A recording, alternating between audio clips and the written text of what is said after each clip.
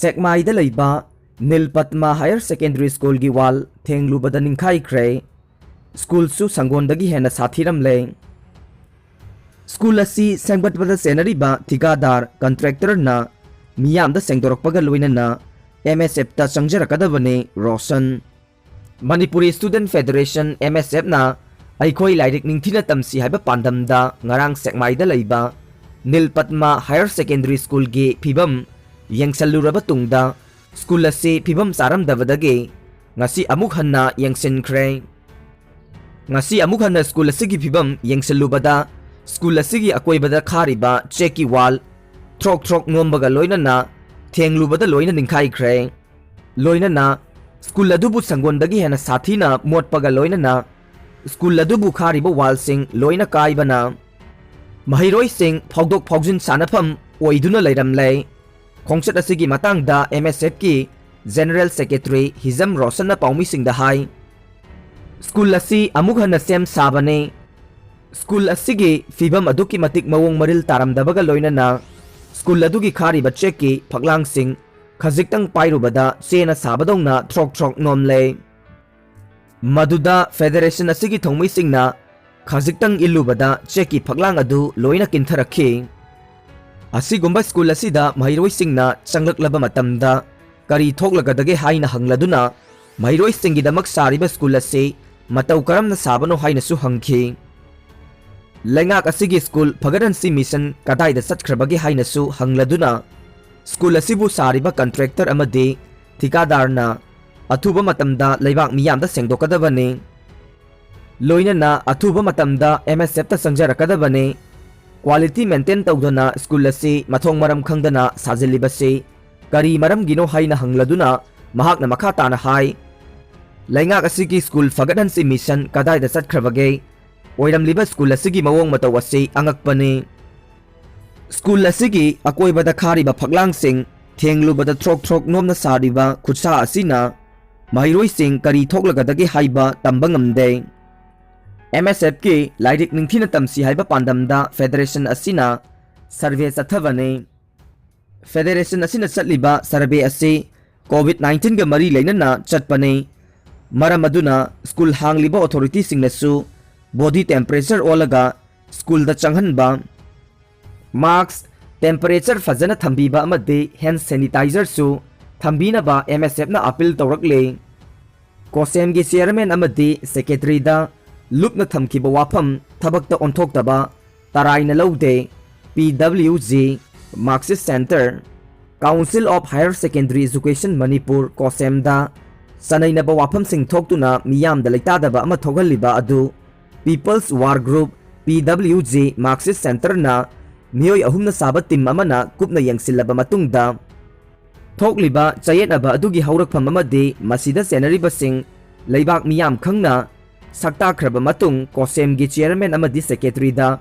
लुपना थमखिबा वाफम थबकता ओंथोक्तबा असे तराइना लौदे हाइना पार्टी असिगी चेरोल अमना हाइरे PWG मार्क्सिस्ट सेंटर के central media coordinator comrade Lenin मैतेना थादोरकपा चेरोल असिना high council of higher secondary employees association मणिपुरना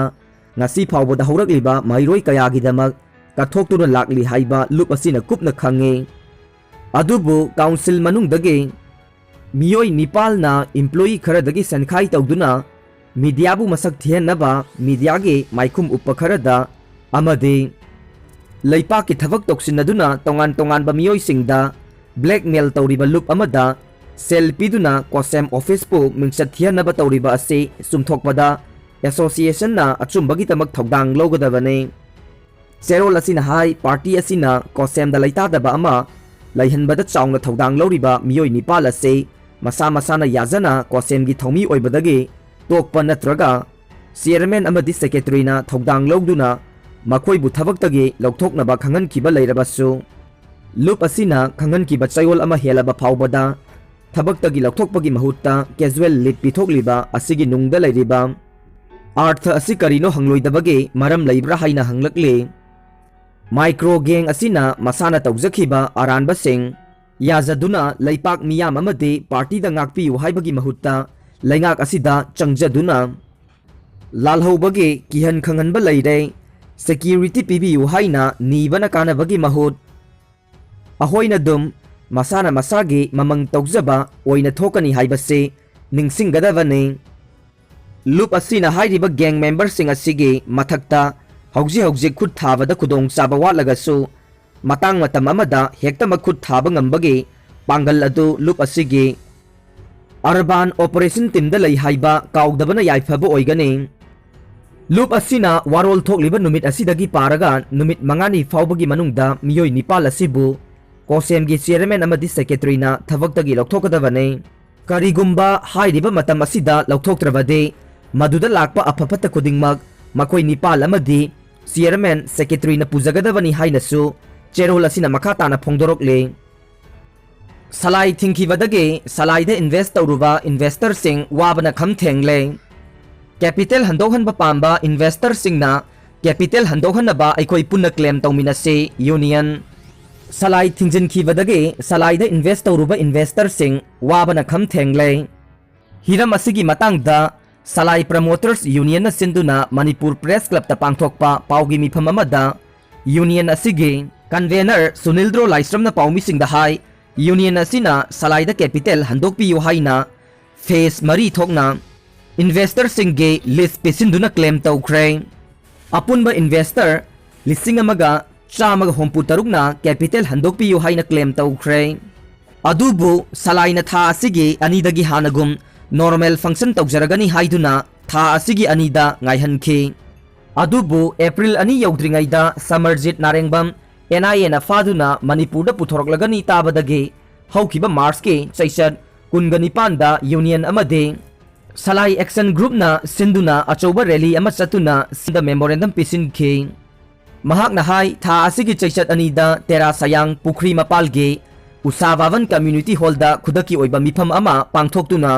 CMꯗ ꯄꯤꯁꯤꯟꯈꯤꯕ ꯃꯦꯃꯣꯔꯦꯟꯗꯝꯒꯤ ꯃꯇꯨꯡ ꯏꯟꯅ ꯀꯦꯄꯤꯇꯦꯜ ꯍꯟꯗꯣꯛꯄꯤꯌꯨ ꯍꯥꯏꯔꯤꯕ ꯏꯟꯚꯦꯁꯇꯔꯁꯤꯡꯒꯤ ꯃꯔꯤꯛ ꯆꯨꯝꯕ ꯀ꯭ꯂꯦꯝ ꯂꯤꯁ ꯑꯃ ꯄꯤꯁꯤꯟꯕ ꯍꯥꯏꯅ ꯌꯦꯠꯅꯕ ꯂꯩꯇꯅ ꯌꯥꯅꯈꯤ ꯍꯧꯖꯤꯛ ꯐꯣꯝ ꯊꯥꯗꯨꯅ CMꯗ ꯀꯦꯄꯤꯇꯦꯜ ꯍꯟꯗꯣꯛꯍꯟꯕꯤꯌꯨ ꯍꯥꯏꯅ ꯀ꯭ꯂꯦꯝ ꯇꯧꯅꯕ ꯁꯦꯝ ꯁꯥꯔꯦ ꯀꯦꯄꯤꯇꯦꯜ ꯍꯟꯗꯣꯛꯄ ꯄꯥꯝꯕ ꯏꯟꯚꯦꯁꯇꯔꯁꯤꯡꯅ ꯐꯣꯝ ꯊꯥꯖꯤꯟꯕꯤꯗꯨꯅ ꯀꯦꯄꯤꯇꯦꯜ ꯍꯟꯗꯣꯛꯄꯤꯌꯨ ꯍꯥꯏꯅ ꯀ꯭ꯂꯦꯝ ꯇꯧꯕ ꯑꯁꯤꯗ ꯌꯥꯎꯕꯤꯌꯨ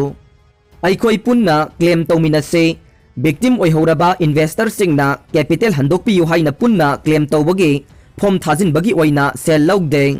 victim ꯑꯣꯏꯍꯧꯔꯕ ꯏꯟꯚꯦꯁꯇꯔꯁꯤꯡꯅ ꯀꯦꯄꯤꯇꯦꯜ ꯍꯟꯗꯣꯛꯄꯤꯌꯨ ꯍꯥꯏꯅ ꯄꯨꯟꯅ ꯀ꯭ꯂꯦꯝ ꯇꯧꯃꯤꯟꯅꯕ ꯑꯁꯤ ꯈꯨꯗꯣꯡꯆꯥꯗ꯭ꯔꯒꯁꯨ individual ꯑꯣꯏꯅ CM ꯅꯠꯇ꯭ꯔꯒ ꯏꯁꯥꯒꯤ ꯀꯦꯟꯗ꯭ꯔꯒꯤ MLA ꯅꯠꯇ꯭ꯔꯒ ꯃꯅꯥꯛ ꯅꯛꯄ ꯄꯨꯂꯤꯁ ꯁ꯭ꯇꯦꯁꯟꯗ ꯑꯣꯏꯔꯒꯁꯨ ꯀ꯭ꯂꯦꯝ ꯅꯠꯇ꯭ꯔꯒ ꯀꯝꯄ꯭ꯂꯦꯟ ꯇꯧꯕꯤꯌꯨ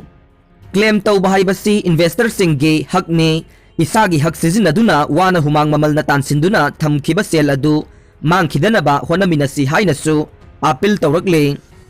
ꯑꯩꯈꯣꯏꯒꯤ ꯀꯦꯄꯤꯇꯦꯜ ꯍꯟꯗꯣꯛꯇ꯭रिꯕ ꯐꯥꯎꯕ ꯁꯂꯥꯏ ꯄ꯭ꯔꯃꯣꯇꯔꯁ ꯌꯨꯅꯤꯌꯟ ꯑꯃꯗꯤ ꯁꯂꯥꯏ ꯑꯦꯛꯁꯟ ꯒ꯭ꯔꯨꯞꯅ ꯗꯦꯃꯣꯀ꯭ꯔꯦꯇꯤꯛ ꯑꯣꯏꯕ ꯈꯣꯡꯖꯪ ꯀꯌꯥ ꯃꯊꯪ ꯆꯪꯁꯤꯟꯅꯕ ꯁꯦꯝ ꯁꯥꯕ ꯂꯣꯏꯔꯦ ꯏꯟꯚꯦꯁꯇꯔꯁꯤꯡꯅꯁꯨ ꯃꯇꯦꯡ ꯄꯥꯡꯕꯤꯔꯛꯀꯅꯤ ꯍꯥꯏꯅ ꯂꯧꯏ